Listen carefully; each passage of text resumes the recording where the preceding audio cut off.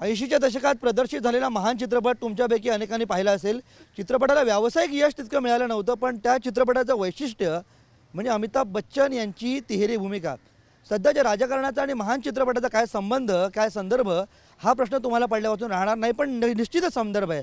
असे अनेक संदर्भ, असे अनेक संबंध आम्ही आमच्या मुंबई लाईव्हच्या उंगली उठाव या कार्यक्रमातून मुंबई महानगरपालिका निवडणुकीच्या पार्श्वभूमीवर तुम्हाला सांगण्याचा प्रयत्न करणार आहोत। तुर्तास आपल्यासोबत जे पाहुणे आहेत ते पाहुणे खरं तर ते इथले यजमान म्हणायला हवेत, कारण ते तुम्ही इथली पार्श्वभूमी पाहत असाल। ही पूर्ण बॅकग्राऊंड आपण सेल्फी पॉईंटवर आहोत, शिवाजी पार्कच्या। सेल्फी पॉईंट ज्यांनी सुरू केलं किंवा सुरू करण्यासाठी ज्यांनी अथक प्रयत्न केले असे नगरसेवक संदीप देशपांडे या क्षणी आपल्यासोबत आहेत। मुंबई लाईव्हशी खास गप्पा मारण्याकरता इथे आलेले आहेत। संदीप देशपांडेजी, मुंबई लाईव्हमध्ये आपलं स्वागत। महान चित्रपटाशी तुमचा संबंध का जोडण्याचा प्रयत्न केला तर लक्षात आलं असेलच।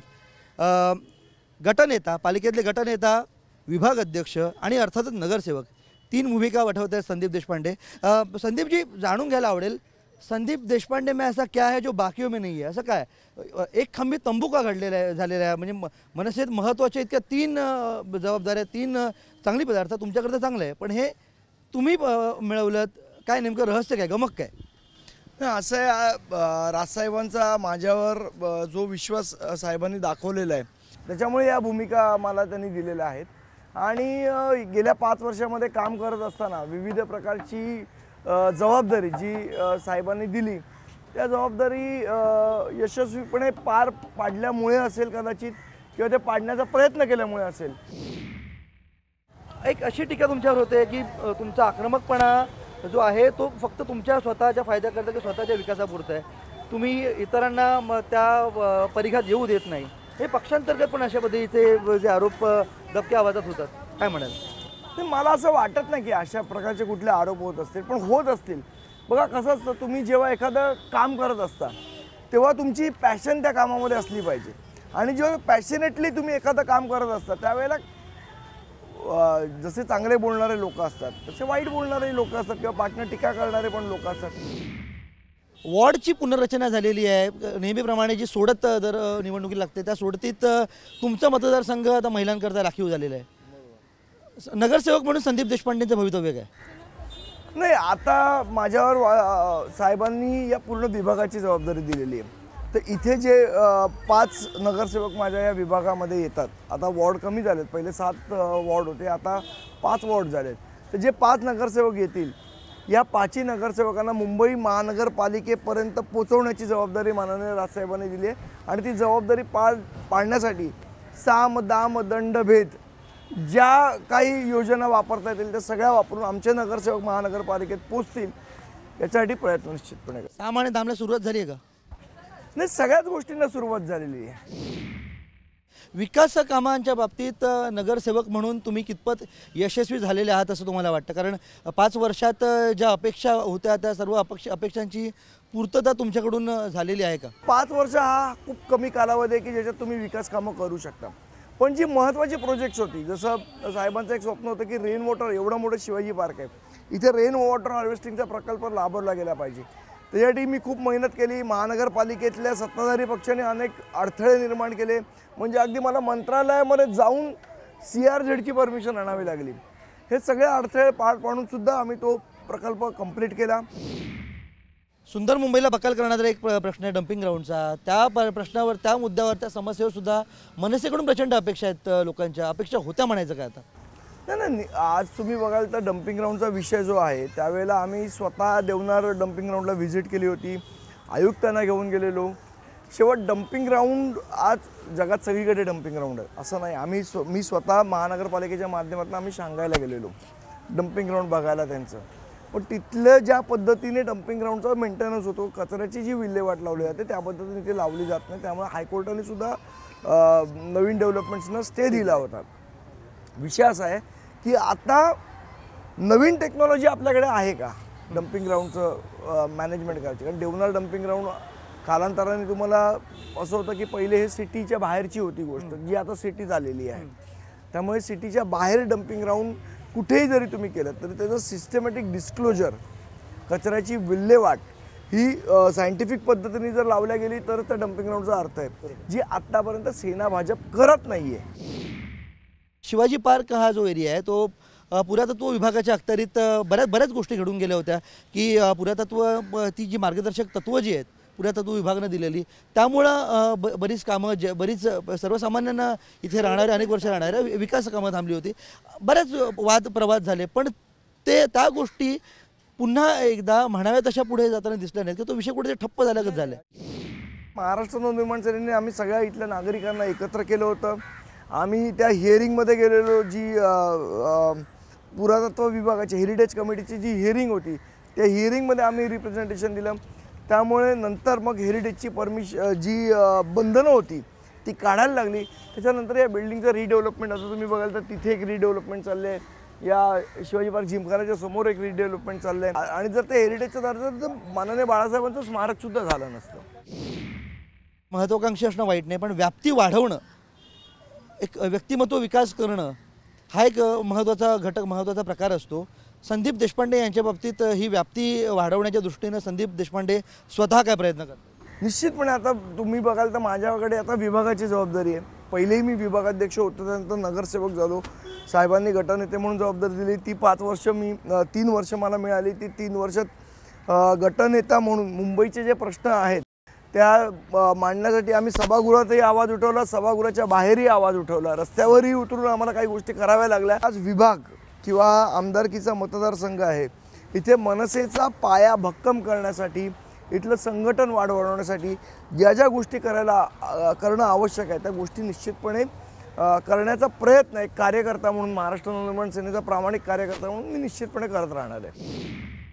महाराष्ट्र नवनिर्माण सेनेच्या या प्रामाणिक कार्यकर्त्याचा जो वॉर्ड आहे तो महिलांसाठी राखीव झालेला आहे. त्यामुळे एक साधा सरळ पण अगदी बाळभूत वाटू शकतो प्रश्न, सौ संदीप देशपांडे या वॉर्डमधून लढताना दिसतील का? नाही, आपल्याला माहिती आहे की नाही मला माहीत नाही, पण ती सध्या आता तहसीलदार म्हणून सरकारी नोकरीत आहे. तर सरकारी नोकरीत अशी काही प्रोव्हिजन नाही आहे. तिने जर इच्छा प्रकट केली लढवायची आणि जर साहेबांनी कसं आहे शेवट आमच्याकडे उमेदवार निवडीची जी प्रक्रिया आहे ती माननीय राजसाहेबांच्या हातात आहे आणि जर राजसाहेबांनी सांगितलं आणि तिने जर इच्छा प्रकट केली तर माझं काय ऑब्जेक्शन नाही आहे. पण अजूनपर्यंत तरी अशी काही घटना घडलेली नाही आहे. गेल्या काही दिवसांमध्ये आपण एक पाहिलं आहे मनसेचं इंजिन, हे तुम्ही मान्य कराल, मनसेचं इंजिन थोडंसं थंडवल्यासारखं वाटतंय. कसं आहे बऱ्याच लोकांना असं वाटतं की निवडणुकीतलं यश आणि अपयश हा पक्षाचा बॅड पॅच किंवा चांगला पॅच असू शकतो. मला वैयक्तिकरित्या असं वाटतं की पक्ष म्हणून आपण जेव्हा काम करत असतो, आता भारतीय जनता पक्षाचं उदाहरण मी स्वतः बघितलेलं आहे की यांचे फक्त 2 खासदार होते, आज ते 282 जागा घेऊन सत्तेत आहेत. त्यामुळे ह्या गोष्टी होत राहतात, ह्याच्यामधनं काय वाईट वाटायचं कारण नाही आहे. पण तेवढे पेशन्स राजकारणात सर्वात महत्त्वाची गोष्ट जी मला वैयक्तिकरित्या असं वाटतं की पेशन्स असणं महत्त्वाचं आहे. की आज वेळ खराब आहे लगेच मी दुसऱ्या पक्षावर उडी मारली, तिथे वेळ खराब आली लगेच तिसऱ्या पक्षावर उडी मारली, अशाने लोकांमधली विश्वासार्हता जी तुमच्याबद्दल असते ती तुम्ही गमावता. वायफायचं काय झालं संदीपजी? कोण काय वायफाय अगदी जोमात सुरू केलं? वायफाय तुम्ही जर बघत असाल तर इकडनं आम्ही सगळ्या वायर टाकलेल्या वायफायसाठी, पण ह्या वारंवार वायर तुटत होत्या.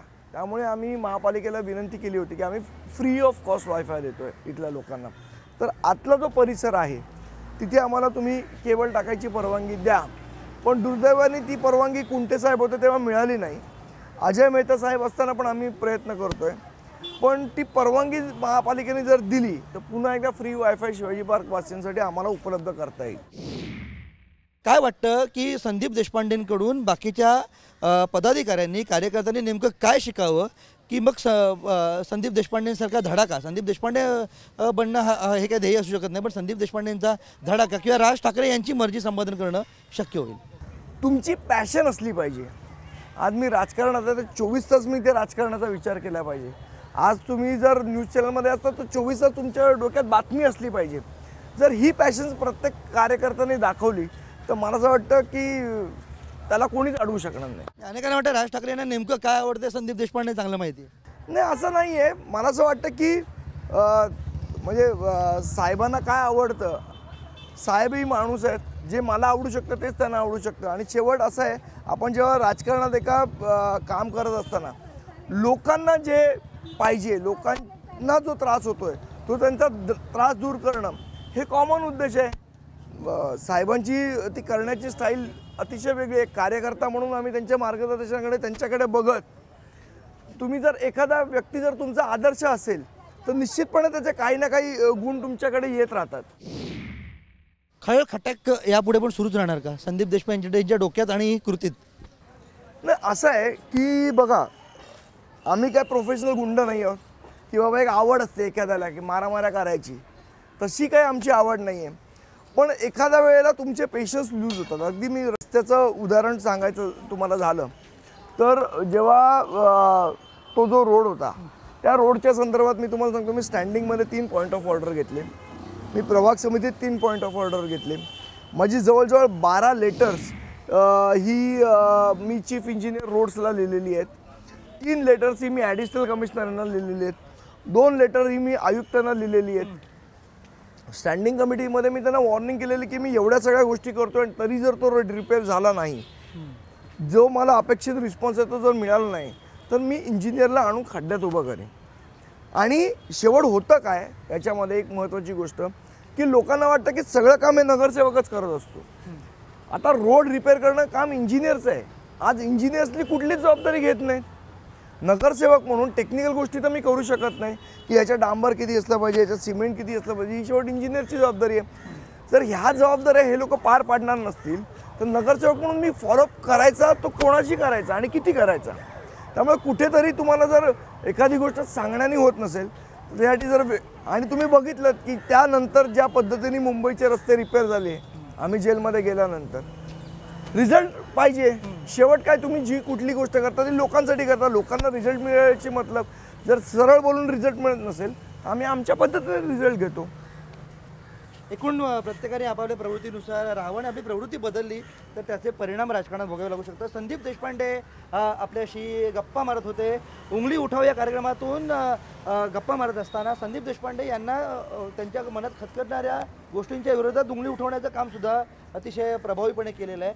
आपला बेधडक स्वभावाचा परिचय पुन्हा एकदा संदीप देशपांडे यांनी करून दिलेला आहे. जाता जाता गप्पांच्या ओघात राज ठाकरे यांना काय आवडतं, संदीप देशपांडे यांच्या राजकारणाची पुढची दिशा काय असेल हे सुज्ञ प्रेक्षकांना आतापर्यंत पूर्णपणे कळलेलं असेल. एकूण उंगली उठाव अंतर्गत संदीप देशपांडेंसह अनेक महत्त्वाच्या राजकीय व्यक्तिमत्वांशी आपण गाठीभेटी गप्पा गोष्टींचा हा जो फड जो आहे तो रंगवणार आहोत.